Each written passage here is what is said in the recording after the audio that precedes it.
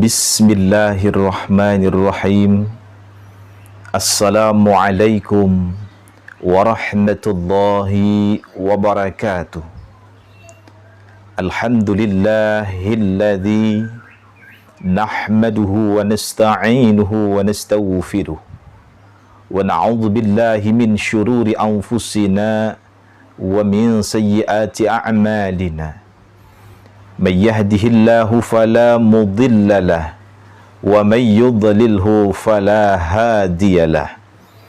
Asyhadu an la ilaha illallah wahdahu la syarika lah wa asyhadu anna sayyidana wa nabiyyana Muhammadan abduhu wa rasuluhu, amma ba'd. Anak-anakku sekalian, para peserta didik Madrasah Aliyah Darul Ulum Palangkaraya yang insya Allah dimuliakan dan dirahmati oleh Allah Subhanahu wa ta'ala. Pertama-tama, marilah kita bersama untuk selalu memanjatkan puji serta syukur kita ke hadirat Allah Subhanahu wa ta'ala, yang mana alhamdulillah kembali pada pagi Jumat yang penuh dengan keberkahan ini, kembali kita bisa melaksanakan kajian-kajian keislaman yang insya Allah mudah-mudahan penuh dengan keberkahan di hadapan Allah Subhanahu wa ta'ala. Amin. Allahumma amin. Salawat dan salam marilah kita haturkan kehadiran junjungan Nabi kita Muhammad sallallahu alaihi wasallam beserta para keluarga, sahabat, kerabat dan pengikut beliau ila yaumil qiyamah. Anak-anakku sekalian, peserta didik Madrasah Aliyah Darul Ulum Palangkaraya yang Bapak banggakan, kembali kita melanjutkan kajian keislaman yang sudah pernah kita sampaikan pada kajian-kajian sebelumnya mengenai 11 tanda orang yang bahagia dalam kehidupannya, yang mana pada kajian yang lalu kita sudah sampai kepada 7 poin. Maka insya Allah pada kajian Jumat hari ini kita akan sampaikan 4 poin berikutnya yang merupakan poin-poin terakhir di antara 11 tanda orang-orang yang bahagia dalam kehidupannya. Kemarin sampai pada poin yang ke-7, maka pada hari ini kita akan lanjutkan pada poin yang ke-8, yang mana dalam kitab Tanbihul Ghafilin disebutkan ayyakuna sakhiyan karima. Apa yang dimaksud di situ? Hendaklah kita senantiasa berlaku pemurah lagi dermawan, tidak kikir ataupun pelit. Apa maksudnya? Sesungguhnya Allah Subhanahu wa ta'ala menyukai orang yang pemurah. Bahkan di dalam satu hadis disebutkan as-sakhiyun qaribun minallah. Orang yang pemurah itu dekat dengan Allah, wa qaribun minal jannah, dan dekat daripada surganya Allah Subhanahu wa ta'ala. Artinya apa? Seseorang yang penuh dirinya dengan kemurahan hati, kedermawanan dalam kehidupannya, maka insya Allah dia akan dekat dengan Allah dan juga dekat dengan surganya Allah Subhanahu wa ta'ala. Lalu bagaimana ciri orang yang pemurah? Ciri orang yang pemurah itu ada 3 macam. Yang pertama, manakala dia memberikan sesuatu itu dengan ikhlas dan tidak meminta sesuatu kepada orang yang kita beri. Bagaimana contohnya?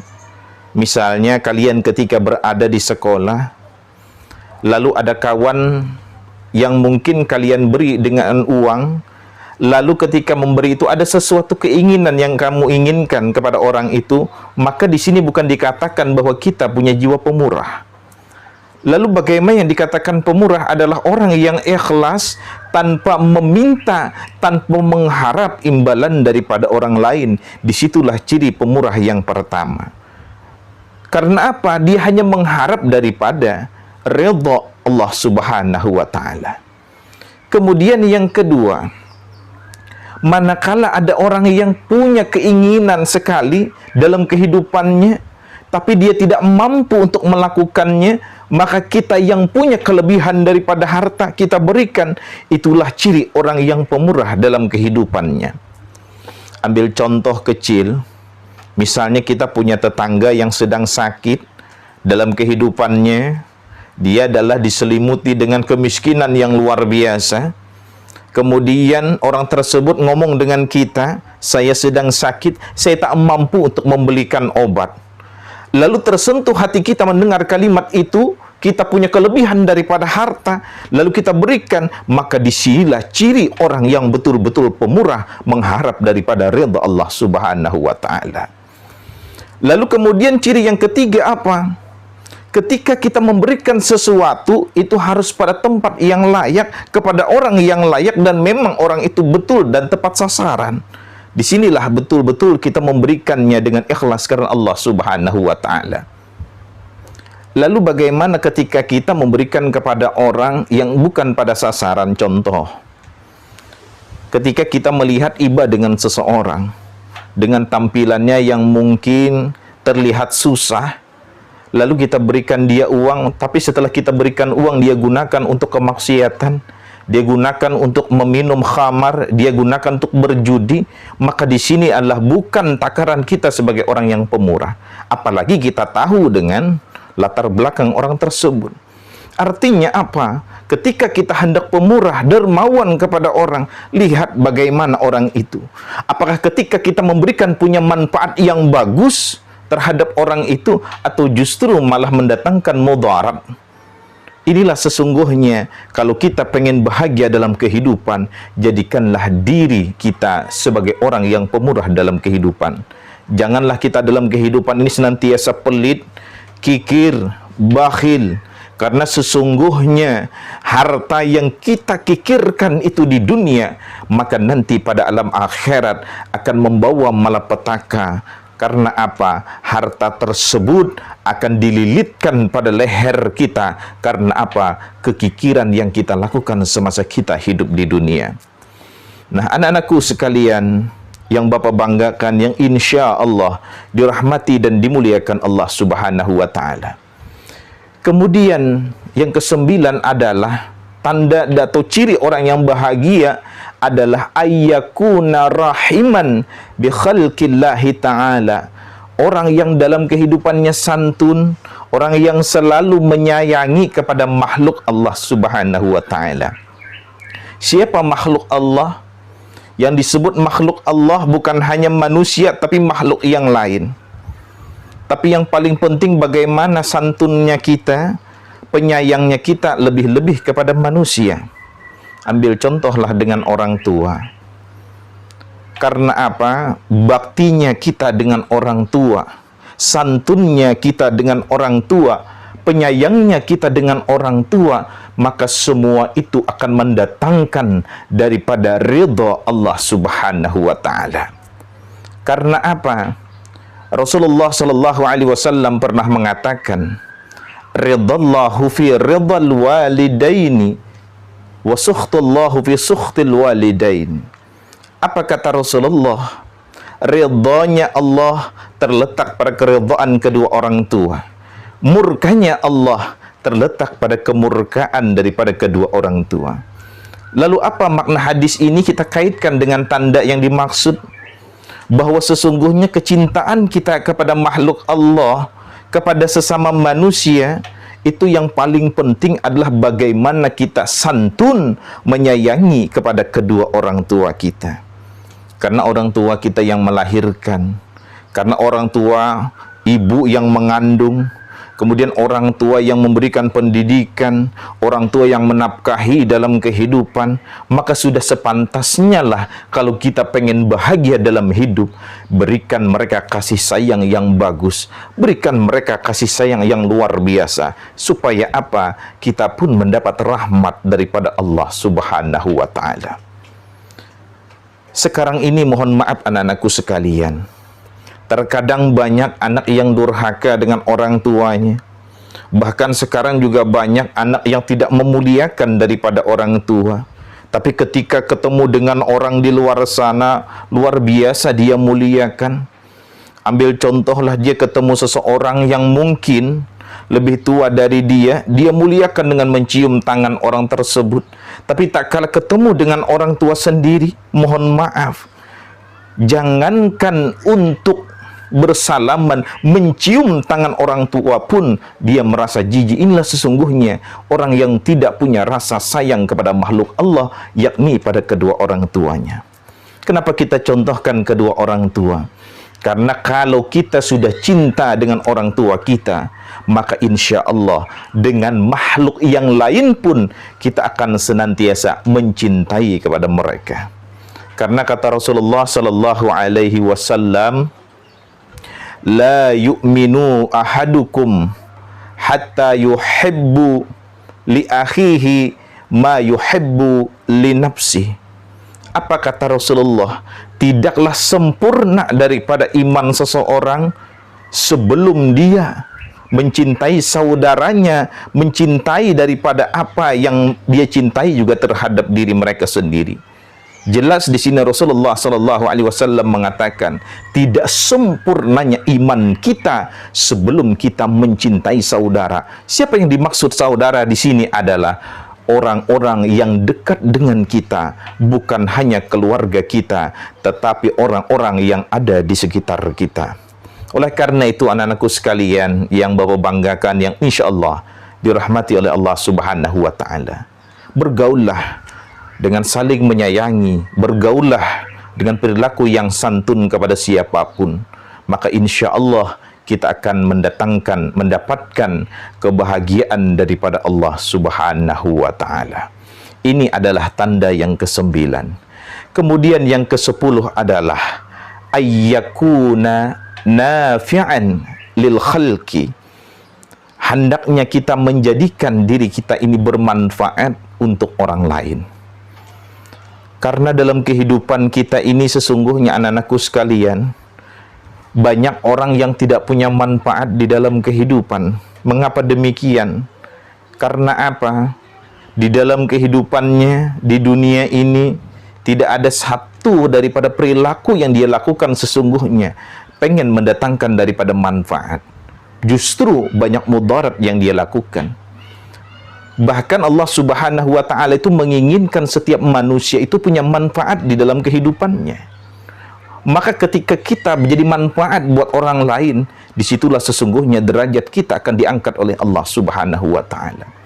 Contohlah kalian sebagai seorang pelajar, kalian disekolahkan oleh orang tua, lalu kemudian menimba ilmu di sekolah, menimba ilmu di pondok pesantren, lalu ketika keluar dari madrasah, keluar dari pesantren, ada ilmu yang bisa dimanfaatkan, lalu kalian bisa bermanfaat untuk orang lain. Ingat, bukan kita dimanfaatkan orang lain, tapi kita bermanfaat untuk orang lain. Karena apa? Di luar sana banyak orang yang membutuhkan daripada ilmu daripada orang lain. Banyak orang yang membutuhkan daripada tenaga kita, baik itu berupa pikiran ataupun lain sebagainya. Maka ketika kita melibatkan diri dalam kehidupan itu, maka sesungguhnya kita adalah orang yang bermanfaat di dalam kehidupan. Khairun nas anfahum linnas. Sebaik-baik manusia adalah yang bermanfaat untuk orang lain.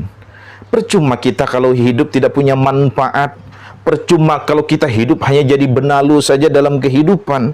Karena apa? Dalam kehidupan kita di dunia ini ada manfaat yang sesungguhnya bisa kita gapai, bisa kita dapat nanti pada alam akhirat. Percuma kita hidup di dunia dengan senang kita di dunia, tapi tidak ada kemanfaatan pada alam akhirat. Maka bukanlah kebahagiaan yang kita dapatkan dalam kehidupan ini. Orang yang bahagia adalah dia di dunia bisa melakukan apapun yang punya manfaat untuk orang lain di alam dunia, tetapi dia di akhirat pun juga mendapatkan sesuatu martabat yang lebih di hadapan Allah Subhanahu wa Ta'ala. Ini adalah ciri yang ke-9. Ciri yang ke-10 daripada 11 tanda orang yang bahagia dalam kehidupannya. Kemudian yang ke-11 yang terakhir, tanda orang yang bahagia dalam kehidupannya adalah ayyakuna dzakiran limauti katsiran orang yang banyak mengingat akan kematiannya. Yang namanya mati atau meninggalnya seseorang itu adalah kehendak daripada Allah Subhanahu wa taala. Allah katakan dalam Al-Qur'an, kullu nafsin dha'iqatul maut. Tiap-tiap yang bernyawa itu pasti mati. Artinya apa? Setiap manusia, laki-laki, perempuan, mau beriman ataupun tidak, maka pasti akan menemui yang namanya kematian. Maka bagaimana kalau kita pengen bahagia dengan mengingat kematian? Karena apa? Mohon maaf anak-anakku sekalian, terkadang kalau kita melupakan kematian dalam kehidupan ini, maka akan ada yang namanya hubbud dunia, selalu mengejar-ngejar kehidupan dunia. Tapi kalau kita ingat dengan mati, segala sesuatu akan menjadi teguran. Saya mencari harta, ngapain terlalu berlebihan sampai kerja dari subuh pulang malam, tapi sesungguhnya tidak punya manfaat. Karena apa? Kita tidak mengingat Allah Subhanahu wa taala. Kita tidak mengingat bahwasanya kematian itu akan dekat dengan kita. Lalu bagaimana kita mengumpulkan amal-amal kita kalau kita disibukkan dengan urusan dunia? Memang yang namanya kematian tidak ada yang tahu kecuali hanya Allah. Dan manusia pun tidak ada yang bisa memajukan atau mengundurkan barang sedikit pun akan ajal ataupun kematiannya.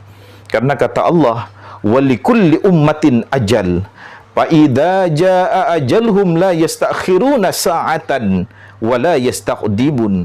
Ketika ajal Allah, takdir Allah itu sampai, maka tidak ada yang bisa memajukan ataupun mengundurkan barang sedikit pun. Artinya apa? Mohon maaf, terkadang ada orang yang pengen mati tapi belum dimatikan oleh Allah. Ada orang yang tidak punya keinginan mati, lalu tiba-tiba diwafatkan oleh Allah Subhanahu wa taala. Inilah sesungguhnya takdir Allah. Karena apa? Dalam kalimat istirja disebutkan, inna lillahi wa inna ilaihi raji'un. Sesungguhnya kita ini adalah milik Allah dan akan kembali kepada Allah Subhanahu wa taala. Bahkan kepasrahan kita dalam kehidupan juga sering kali kita ikrarkan di dalam kita melakukan ibadah kepada Allah. Dalam salat kita sering kita memanjatkan, sering kali kita mengikrarkan dengan kalimat kul inna salati wa nusuki wa mahyaya wa mamati lillahi rabbil alamin. Disinilah bentuk kepasrahan kita kepada Allah Subhanahu wa taala. Lalu apa kita dalam kehidupan ini supaya bahagia dalam kehidupan adalah bagaimana kita mengingat akan kematian. Ketika kita ingat dengan mati, maka kita yakin dalam kehidupan kita, kita akan himmatul ibadah, kita akan semangat dalam ibadah. Karena apa? Merasa kematian ada di dekat kita. Karena ketika sudah datang kematian itu, tidak ada lagi yang bisa mengelak. Bahkan ketika kita punya dosa sekalipun, sampai takdir Allah dengan kematian itu, maka kematian kita sebelum bertaubat, maka tidak akan menjadikan kematian kita itu husnul khatimah.